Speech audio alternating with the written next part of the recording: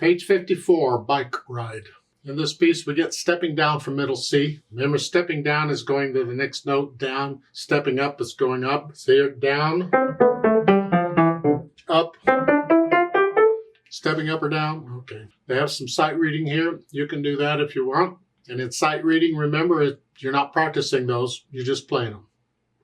There's no time signature, so you just hold them out as long as you think, but just play them. And it's not one long line here. You have to take each one separately, and you start with whatever finger they tell you to. So the first one, you start with second finger, next one, second finger, and last one's thumb. Yeah, just play the notes. That's all it is. The sight reading will get more involved as we go through the books. So let's see what this bike is doing. I look it over. It's 1 page long. Clef signs are treble and bass clef. The time signature's 4/4 time. We're back to that again. And this looks like it's all for the left hand. Everything is in the lower staff. So the right hand, you can just relax here. Left hand, you're starting thumb here. And again, if you don't know the names of these notes instantly, do that play and say it drill. Just forget the rhythm. You just play the note and say the name of it. Just a few minutes. You don't spend a lot of time on it. Just so it drills in. Eventually they stick. But here, pretend we can do that. Then it's 1, 2, 3, 4. And then we step down, step up.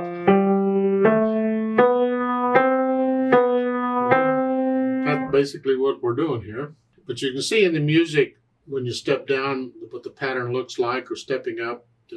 Yeah, it comes in handy when reading music. So once I can play the notes okay, and I'm not looking at the keyboard, no hesitations anywhere, and then I think about the dynamic, and F at the beginning is all you get, and that's loud. Whatever you think loud is. You're heavy. Let the wrist collapse a little bit on these. 2, 2. I'm letting the wrist collapse a little bit because I'm using weight. I'm pushing it down. I'm dropping heavy weight into each key, and the wrist is kind of a shock absorber. Then the speed is with confidence, which whatever that means. It's how fast you want us to go. The quarter notes will want to slow it down a little bit, and the half notes are going to want to speed it up a little bit. You got to find some speed that works for both.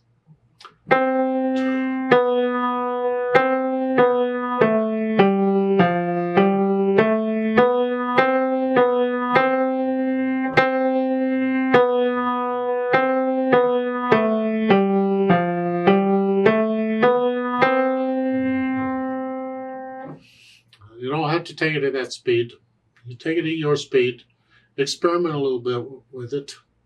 Wouldn't hurt to practice it at all the dynamics. Soft and loud and in between. Yeah, just for the practice. Now there's a premier performer again, where now you can play it with your right hand if you want. Where you're here, or you can play it up here, just as long as your first note is a C. It doesn't have to be middle C. You can play the same note names is what we're after. I just be up here, it's the same note names, or I'm just pretending the middle C went up. That's all it is. So you can play it in the right hand. Then do them both hands at the same time. Just for the practice of it, to get a little bit more into playing the hands together. We're not playing the hands together yet, but we will be eventually. It doesn't hurt to start a little early. Well, let's play this together very slowly and check that you have the correct notes and rhythms. I'll give us 4 counts. 1, 2, ready, go. 1, 2, 3, 4.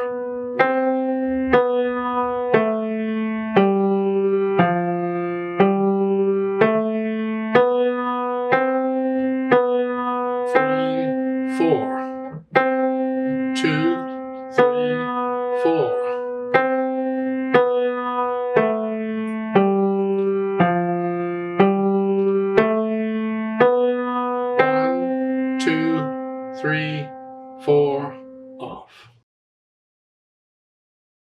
I like to do the duet that's shown at the bottom. You play what you just played, but I need you to go up an octave. So instead of middle C here, take it up here. Play it up here. Here.